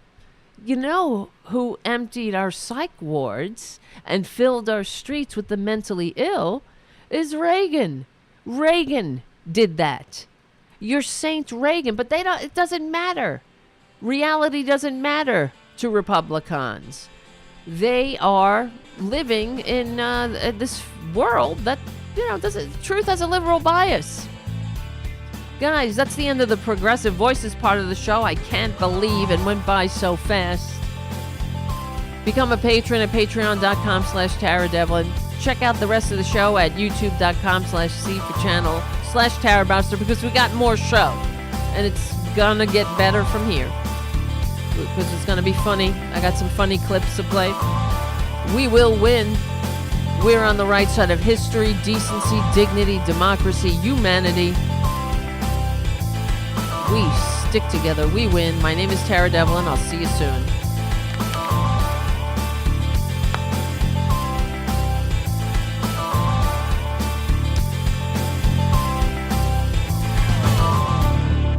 All right. I can't believe it. It's going by so fast. I didn't mean to take up that whole time with this Pence character, but anyway, whatever. This is how it goes when we're just shooting the shit, really. So, that was Reagan. This is what gets me insane. They just lie and lie and lie. Truth has a liberal bias, so make it up. Make shit up. Liberals emptied the mental hospitals? No. Reagan did that. Ronald effing Reagan. Let's see. Where is it? I have a whole thing about it. Let's see.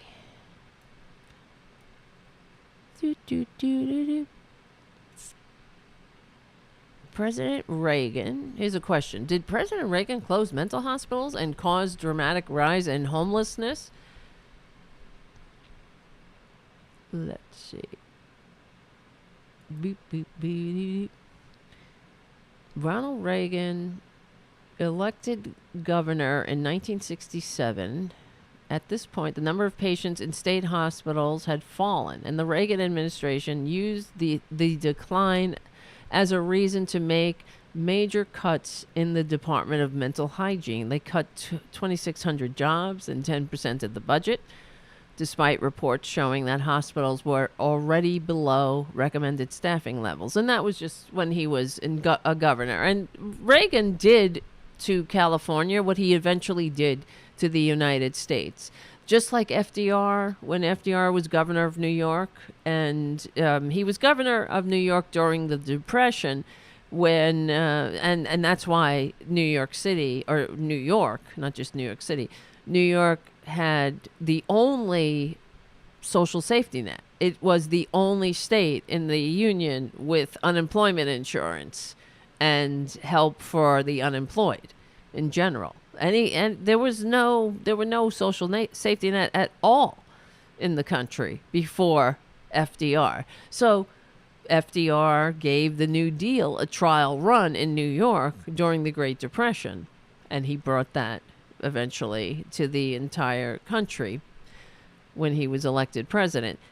So just like Reagan, just like FDR, trying to make the world better for not people who weren't born with trust funds like he was.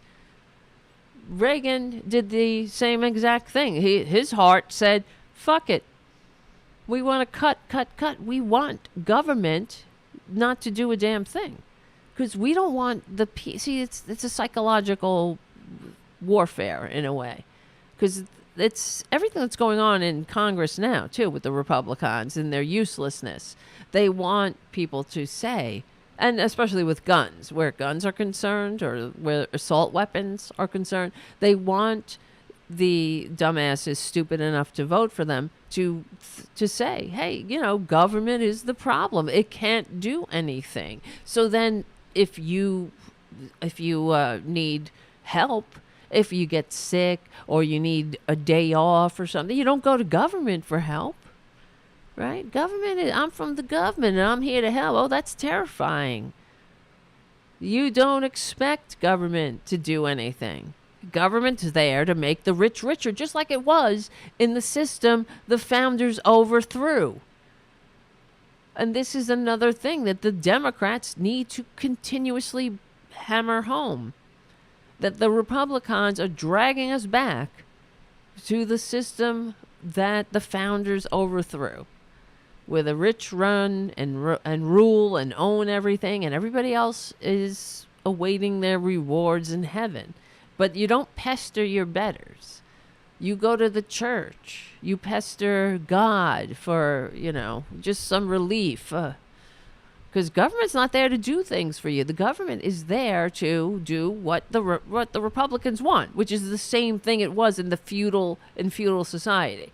It runs the army, and period, end of sentence. That's it. And you get the elites in the ivory tower, and they have all the positions of power. There's no meritocracy. You hand out favors and cushy jobs to your pals. That's how you shore up your power. I mean, this is what Republicans do. This is how they run government when they get power.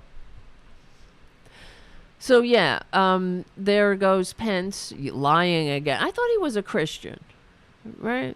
I thought he was a Christian, but well, anyway. Here, I was going to talk about. Well, this is why I need a daily show. This sucks. Well, I was going to talk about Clarence Thomas. Everybody was talking about him, but I have some other videos I wanted to play of horrible Republicans. I thought maybe there less people are talking about them, so I thought maybe we can talk about it. The only thing I have to say about Clarence Thomas is that he needs to be impeached.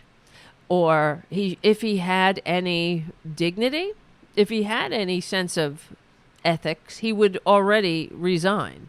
He would have already resigned, I should say. It's true, but he won't resign because he's got no decency. He's not a decent person. He's a disgusting person who is in government. Like I always say, he's proving me correct. He's in government to ingratiate himself. He's in government to hang out in the halls of power. We smoke cigars with, the masters of the universe. Does he care about? I mean, he wants you to think he's a man of the people. He likes to vacation in Walmart parking lots and all. But you think that's what they're talking about at the Bohemian Grove? They're talking about how they could expand the franchise of democracy, how they can lessen this gap between rich and poor, how they can increase living wages or ensure that every American has a decent middle-class life or retirement security. You think that's what they're talking about? How abhorrent it is that the American people aren't guaranteed health care, that people have to go begging on the side of the internet superhighway with a sign, help me, help me. You have to come up with some kind of, some video or something that catches people's attention. When you get that catastrophic diagnosis and your whole life, the rug gets ripped out from underneath you, and you're sitting in the doctor's office, and they're telling you have a very troubling, to say the least, medical diagnosis, and you're thinking, how am I going to not lose my home? How am I going to afford to have the medical care to stay alive? Am I going to be one of the millions of Americans that have to declare the uniquely American medical bankruptcy? But you also have to think about what kind of video you're going to make for your GoFundMe page. You gotta hook people in. When you get up and you start your chemo and your hair starts falling out, you gotta get that on your video. When you wake up in the morning and you're sick, You just can't get out of bed because you're wiped out from the chemo. You got to make sure that you got somebody there to take that video. So you can and hopefully you have a friend that wants to edit it for you. Otherwise, you got to drag your ass out of bed, get on your computer. Hopefully you have they have, I don't know, maybe you got some, open source editing program that you could put together. Use some music, you got to find some royalty-free music that's stirring but hopeful, because you want people to always leave them with a little bit of hope that you're gonna beat this. Hopefully, you'll break through and you'll be one of the videos that others will share and it'll go viral. And then you can you don't have to worry then, you got a viral video and you got your GoFundMe. And maybe you'll get like 20 grand, and you'll be okay for like the month, maybe. Hopefully, when you got to get your ass back to work, though, don't worry about it, because you don't have any sick leave. There's no sick leave in this country, and you don't work, you don't get paid. And how are you going to keep your insurance? Because that's not cheap now. If you lose your job and if your job is providing you medical insurance, how are you going to get your chemo if you can't work? Because then you won't have your insurance. It doesn't make any sense to me, but this is how it's done here in this fucked up land of the free. Land of the free. You're free to die without health care, except if you're Clarence Thomas or you figured out some grift. If you're a sociopath, the best bet is to be a conservative. It's the truth. You could be a conservative podcaster. Whatever you need to say, sell out your own people, your community. Especially if you are somebody with darker pigment, and the best bet is, and you're a sociopath, the best bet is to be a Republican. But anyway, that's all I have to say for Clarence Thomas. For the moment, it's just disgusting. Oh, but the other thing is, imagine, let's play the game. Imagine if, let's say, Elena Kagan, because we keep hearing about George Soros all the time, how George Soros is funding everyone except me. I've been asking, where's my George Soros check? Been waiting. It still hasn't arrived. And George Soros is ubiquitous. He's everywhere. He's like the Wizard of Oz, supposedly. Yet here comes this other billionaire, right under the radar, the Nazi-loving billionaire who has a garden of evil. Sick. These are sick people, right? So wait, what's his billionaire's name? It's so obscure. I don't even know this guy's name off the top of my head now that I'm saying it. Who's the billionaire? Harlan Crow. Why haven't we heard? We don't hear Harlan Crow. You don't hear this on Fox so-called news, on faux news. There's none of this Harlan Crow. This Harlan Crow funded Supreme Court. Harlan Crow funded candidate. No, even though they are, Harlan Crow funded justice, right? So-called justice. For my friends, everything. For my enemies, the law. Right? Right, Clarence, Uncle Clarence. But Uncle Clarence, imagine if Elena Kagan, if it came out that Elena Kagan was being wined and dined all over the world by George Soros. He's flying her around, $500,000 trips. Imagine what the Republicans would do, right? Imagine if George Soros or funded or bought Elena Kagan's mother's home and then renovated it for her. And she still lived in that home. She's, quite old. But imagine what the Republicans would do. Right? But I have to say, if that came out and all of a sudden that Elena Kagan was like, oh, gee, I didn't know. I asked my friends. I'm supposed to be a judge. I'm supposed to be good at judging things. But I had to go and ask everybody that I knew that it is this. Can this be misconstrued as the appearance of impropriety? Can this be misconstrued? I'm not taking a bribe, am I? And, and they all said, no, you don't have to report it. Even though now here comes something that you had to report. That's the law.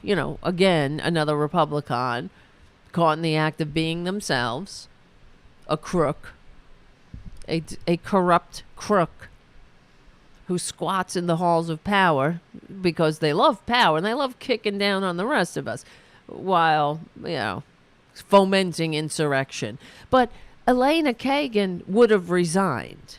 That's what Democrats do.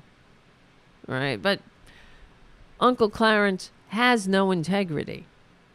He has no decency. He has no integrity. That's who Republicans are. And they're not calling for him to resign. Never mind the hypocrisy. Hypocrisy is the air that they breathe. It is the wind beneath their wings. That's their superpower. They have no shame. You see, if you have no shame, then nothing can touch you. Then you could be a scumbag like Uncle Clarence Thomas. And then you could cry. I remember the crying. They always cry and pound the table. Republicans do. At his hearing, this is a high-tech lynching. What kind of world is this when I can't sexually harass my hot interns or whatever they were? Not interns. I forget the name. Where they my clerks. What kind of world when a man can't just sexually harass people? Who put this pube on my Coke can? That was his line. What a fucking disgusting bunch of people they are. Okay. And that brings me to more Republicans caught in the act of being themselves. Disgusting.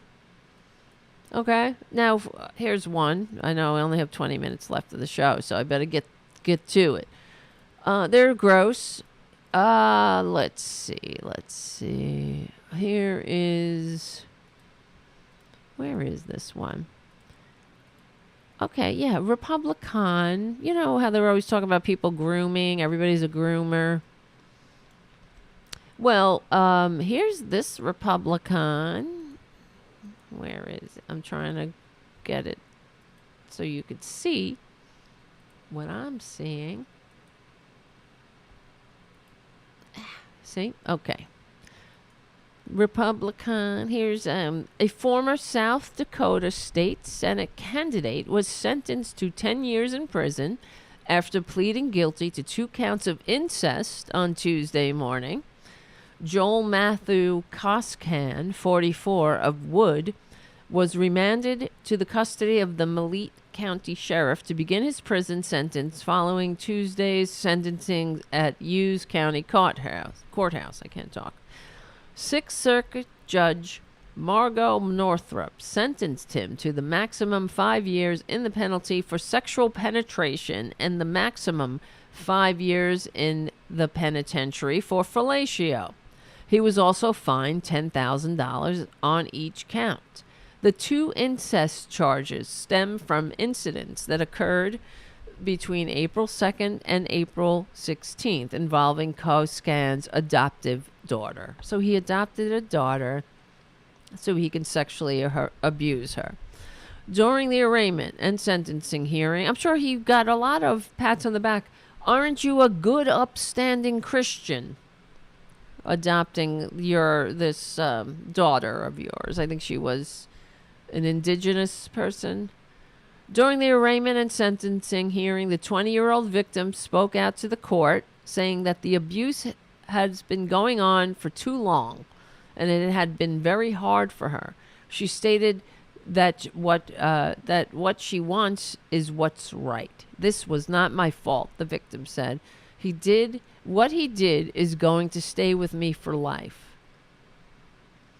Koskan and members of his family tried to convince the victim not to cooperate with authorities, with Koskan even reporting the vehicle he had given the victim to use while attending school as stolen after she had reported the abuse. See, he's using government, the weaponization of government again. There they go. Koskin's defense attorney, Clint Sargent, told Northrop now his client was there to take responsibility for his actions and begin the healing process with his family. Sargent said based on the client's psychosexual evaluation, Koskan would be a good candidate for outpatient treatment and community supervision. That's what he wanted. That's what they asked the judge. Good that the judge didn't take that recommendation and threw the book at him. So Northrop told the young woman that she's proud of the fact that she's had the courage to speak up and put a stop to the abuse. Koskan was charged and pleaded not guilty to the child abuse in November, following allegations that he had a relationship with a minor over the course of several years. During that time, Koskan was running as the Republican candidate for state senate in the District of 26, which he lost. Good. Well, that's good to know. But how many did vote for him, I wonder? Right? I'm sure there were plenty. Just like there will be plenty of Republicans who will vote for George Santos when he runs again, because he's already filed to run. So here's another one. Here's another disgusting Republican who is a groomer. I can't even believe this video. It's almost beyond. Let me see. It's almost, you can't make this up. Here's Missouri State Senator Mike Moon. I've heard you talk about parents' right and to be raped. Wait. That's a Democrat. That's a normal person. You'll hear Mike Moon in a second. So, Heard you talk about parents' rights to raise their kids how they want. In fact, I just double checked. You voted no on making it illegal for kids to be married to adults at the age of 12 if their parents consented to it. You said actually that should be the law because it's the parents' right and the kids' right to decide what's best for them to be raped by an adult. Okay? Do you know any kids who have been With married marriage. at age 12? That was the law. Do you know any You voted kids- not to change it. Do you know any kids who have been married at age 12? I don't need to. I do. And guess what? They're still married. Gentlemen, did you hear that? I guess he thinks that was like a mic drop moment. Do you know when he's owning the libs there, right? Do you know any people who've been married at age 12? Do you? Do you now? Well, I do, and they're still married. Oh, you really owned us libs there, buddy. But there you go. That's another Republican groomer. And they're still married? They're child brides. Do you know any children who were married at 12 years old? I don't have to, the Democrat says. Well, they're still married, is his response. Apparently, well, this is from Newsweek. GOP Senator Mike Moon from Missouri sparked outcry after suggesting that children as young as 12 should have the right to marry with parental consent. State senator is facing harsh criticisms, but this is, don't you see, this is a pattern. Caught in the act of being themselves. They can't help it.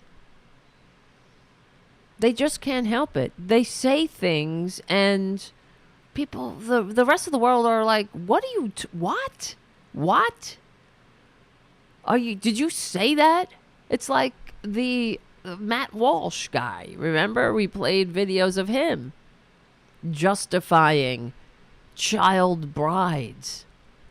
They're very sick people. And Matt Walsh, I am convinced he's, attracted to young people.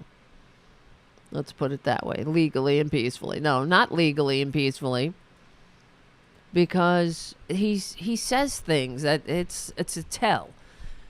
Like he says, he posted on Twitter. I'm just paraphrasing. He said that that he would not allow any male that was not a family member to babysit his children, and because the implication there is that because they will sexually abuse the children. But that goes to show you he's projecting. He thinks that all men have a sexual attraction to children like he does. He can't help it. So he thinks he doesn't realize that he is saying more about him. He's saying more about himself than he is about whatever he's supposedly saying, or trying, whatever lib he's trying to own. It's incredible. This is like the other Republican, the video we played recently about the right winger. Well, he's just a Republican. He's not. Who knows if he's how far? Well, obviously he's a fascist, though. What am I saying? But he asked about what was the cost, the child death. Wouldn't it be better if the child died? Remember that? That wasn't too long ago.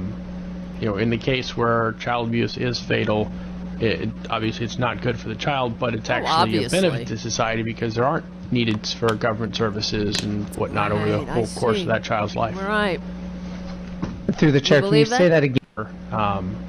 In the case where child abuse is fatal, obviously it's not good for the child, but it's actually a benefit to society because there aren't needed for government services. It's actually a benefit. A child abuse that ends in death is actually a benefit for society. That's the Republican way. And then people, they can't help it. They just can't help it. They need to be in therapy, not in the halls of power. If he was in who knows if he was in therapy, if that would even help. There's a lot of sociopaths and narcissists running around in the right wing. There's no doubt. That's why they are attracted to that party. And they say things, it comes out, they're confessing. A projection or a confession. And they think that, and that's why it takes people aback. They're like, are you kidding me? Did you actually just say that? It's like when you might encounter a psychopath, a sociopath. Well, we all have encountered Donald Trump. He's a psychopath. He's a malignant narcissist in the very least. There's no doubt he's got issues. He's doesn't have normal emotions or empathy. That's he's a sociopath, something like that. And then they say things and you believe it. Believe your eyes and ears.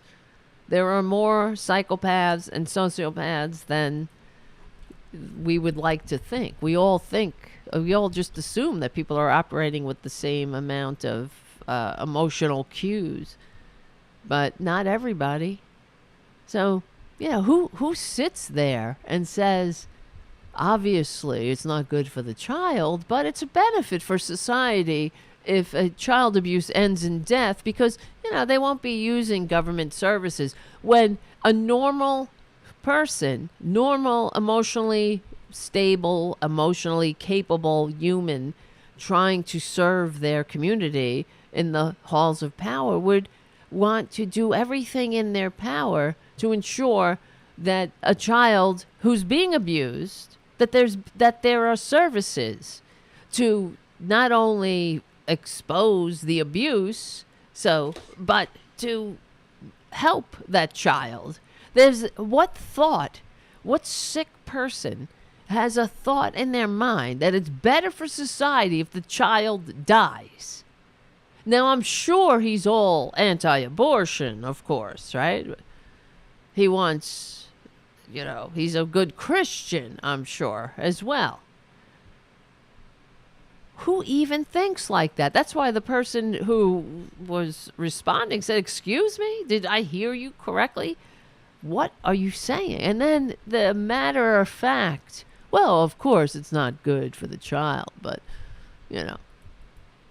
it's they don't cost us an extra dollar. We got no dollars. We don't have enough dollars here for that kid. Fuck them. We got to give more money to people at the top, the makers. That kid, a taker. F him. But this is who Republicans are. I wish they were Christian. I wish they really were. I wish we wouldn't have these problems. We'd already have measures. We'd already have an assault weapons ban if they were actually Christian. We wouldn't have to worry about kids dying in a uniquely American gun massacre. More again and again and again. Over and over and over. Listening to the same old shit from the same old stale, fake-ass Christians telling people solutions that don't work. But that's who Republicans are. They're like a cult, too. That's the thing. They're a cult. There's only a few answers to the questions. It's like tax cuts or deregulation. Tax cuts, deregulation, more guns. That's it. Doesn't matter what's real. Doesn't matter what other people in other societies do, what other human beings do, that we see it with our own eyes, that other societies are actually capable of addressing their massacre problem. They get to limit massacres in other places, believe it or not. It's incredible. But this is Republicans. They just can't help it. And, they're all about children, babies, and, well, they're unfit. They are unfit. And, for example, I only have 4 minutes left in the show, but you know how I always say that every few years, the Republicans will start. There'll be some Republicans proposing the end of child labor laws. Well, it's happening. It's happening again. And Republicans, that's all you are to them. You're nothing but a commodity to be exploited and discarded. You are a host from which to suck profit. Child labor protections are the latest Republican target. Arkansas is leading the charge. She actually did it. This one who says she loves babies and Jesus. Arkansas is leading the charge against laws that protect kids despite revelations of dangerous child labor nationwide. It's making a comeback. You get it? That Republicans, they're rolling back the 20th century. They like the fact, the Gilded Age is the point. And then really the Gilded Age, though, I have to say, is too liberal for them. They need feudalism. Trust me, history is not linear. Life is not linear. 2 steps forward, 1 step forward, 2 steps back, that kind of thing. And that's the way it can go with history. Just because we think we live in a world where most people understand that slavery is not good, or most people understand child labor is a relic of a time we smashed into history's trash pile, just because we think that we can't go backwards, we can. And in fact, we are. With right-wingers at the helm, they are enacting policies that we thought we overcame. Where the hell do we live? I can't even believe it sometimes. Banning books, banning, decency, banning freedom. This is their freedom, right? You have the freedom. I mean, forget public schools. This the whole thing is under, this was the point. Destroying democracy, destroying the pillars of democracy. Like when they attack public schools, it goes along with them rolling back child labor laws. Why do you need to be in school? You're nothing but, you're a serf. Know your place. All you need to know is the Bible. And we'll read that to you. We'll tell you what to think. We'll tell you what to do, what your life is worth. And then when you're good, after you're done being exploited, you get to go to a mansion in heaven. So what are you worried about? That's the Republican way. All right, guys, remember, become a patron at patreon.com/terrordevil. Thank you for hanging out tonight and every Friday evening at 8:30 p.m. Eastern Standard Time. We will win. We're on the right side of history. We're on the right side of decency, dignity, and democracy. Thank you. We stick together. We win. My name is Tara Devlin. I'll see you soon.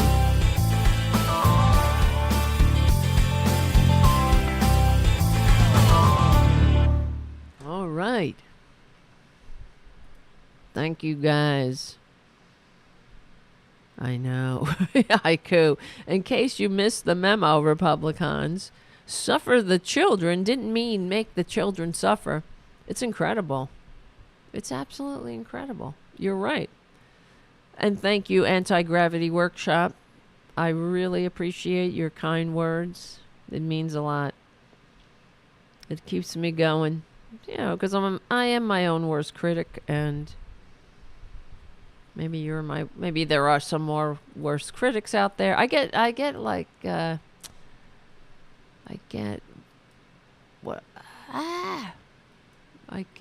right-wingers writing me nasty things. Can you believe it? Please. When a right-winger insults me, I know I'm doing it correctly. That's validation. They don't seem to realize that when a right-winger's like, what did somebody say recently? I'm trying to remember. Oh, they were upset that I called Marjorie that I was calling her Perjury Traitor Greene. Perjury Traitor Greene. How dare you? I calls it like I sees it. I calls it the truth. She's committed perjury on the stand. We have the video. And she is a traitor. Oh, and I mean, that's another reason. I wish I had a daily show at a set time. She is a traitor. I didn't go do the whole story about her, sending her love to the Pentagon leaker. Another traitor who endangers American lives, endangers democracy. Gets it's not an accident that that person gets Marjorie Taylor Greene, Perjury Traitor Greene on their side. Isn't that incredible? I'll just read this quickly. It didn't take long for Republicans. It's from Crooks and Liars by John Amato. Didn't take long for Republicans like Perjury Traitor Greene to immediately defend the alleged leaker of the Pentagon secrets, Jack Teixeira, I can't pronounce that, and actually turn him into the victim. Because now, let's play the game. What if he was black? Huh? Perjury? You think that Perjury would be all up in defending him? Marge, who unconscionably serves on the House Homeland Security Committee, we have a traitor, an absolute traitor on the Homeland Security Committee. Can you believe that shit? Who wastes our time. And this is what Republicans do. They put on a show and they make sure you get my good side, right? Like Jim Jordan's coming to New York. I'm not going to promise, but I'm going to try to get there. It's going to be kind of early. That's why I'm wondering if I can make it, if I can get up early. I'll have to get up at like 6 o'clock to get out there, to give him a New York welcome like we gave Perjury Traitor Greene. I think it's like my patriotic duty. So Marge, who unconscionably serves on the House Homeland Security Committee, can you believe that? She has access to classified documents, top secret documents. This bitch. But she's also, am I wrong here now that I'm saying this? Did she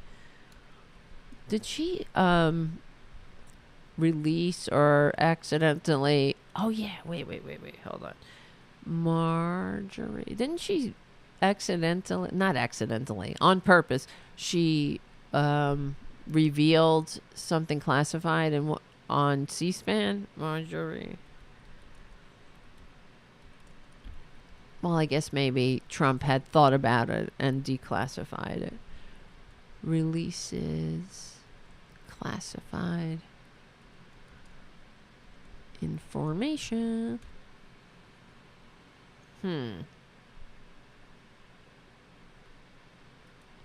Or was that... Or was that Lauren banned from the bowling alley?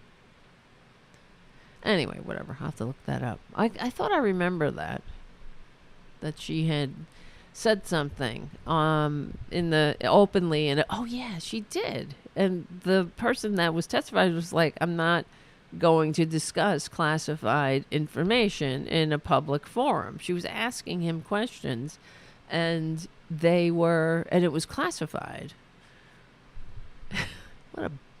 Oh my God, these people. And it's all to trigger their dumbasses to commit violence against the government and the people who are the patriots serving the government, serving the people.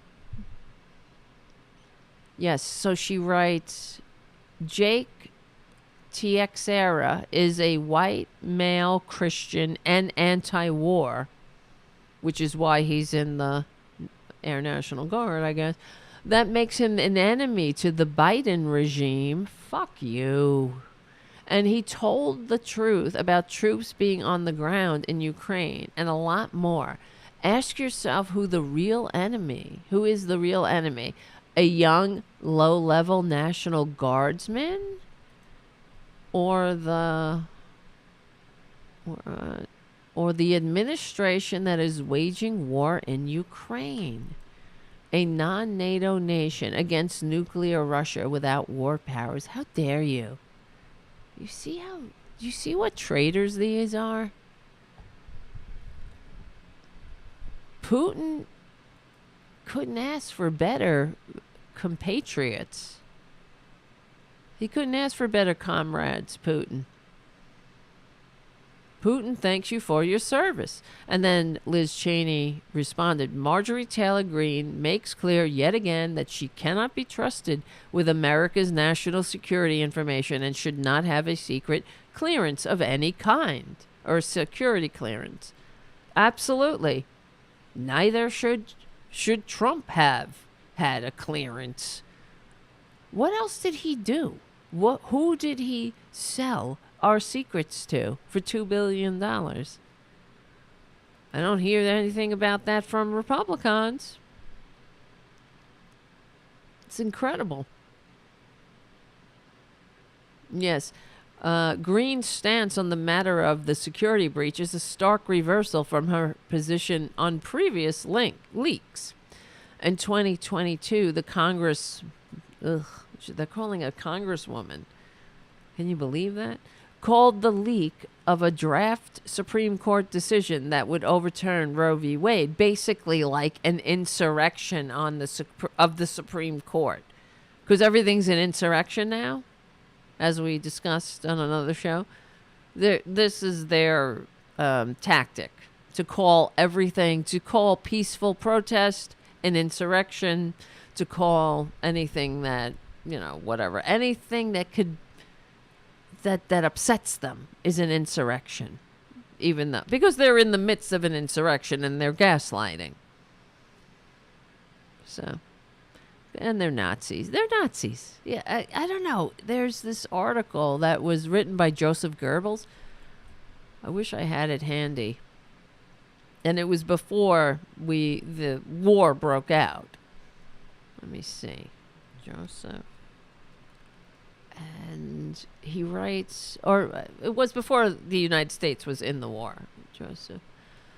Because he was the minister of propaganda for Nazi Germany, just like Rupert Murdoch is the minister of propaganda for Republicans. And he wrote about how, where is this? Joseph Goebbels. They sunk a U-boat, accidentally sunk a civilian ship. Let me see. U-boat sinks civilian.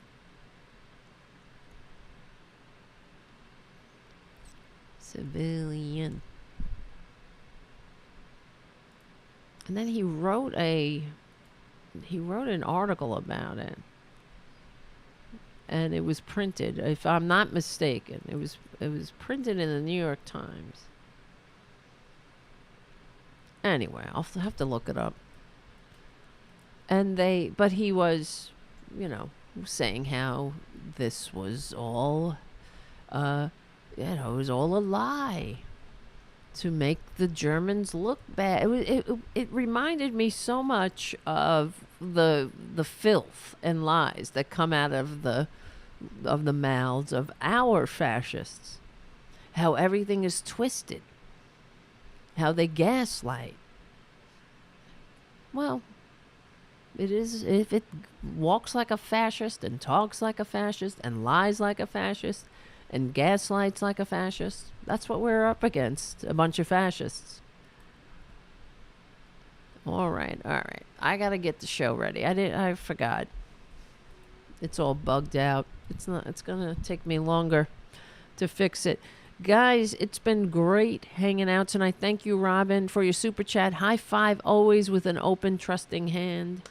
Thank you, Robin. And thank you, Jim, of course, for your super chat. Oh, free Junior. Do you want to see Junior? Should I bring him out?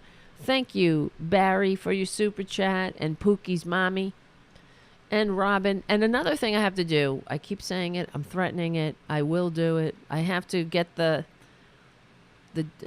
subscriptions of YouTube. You can join, I'm going to open that up, hopefully, that some people, maybe they don't want to be patrons. They want to join through YouTube. Then you can join and support the show through YouTube. Let me see if I can play a video while I get the Junior out here.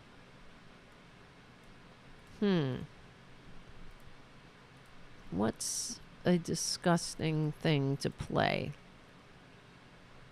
I can't do that to you. Oh, here's something. This will take a minute. When Trump came to New York, This is he was in New York yesterday, or I don't know if he's still here, but I was so proud of my hometown, giving him a nice New York welcome, and I hope he hears this in his dreams. When he closes his eyes, he hears the people of New York chanting, "New York hates you." There's something very hypnotic about it. Hold on.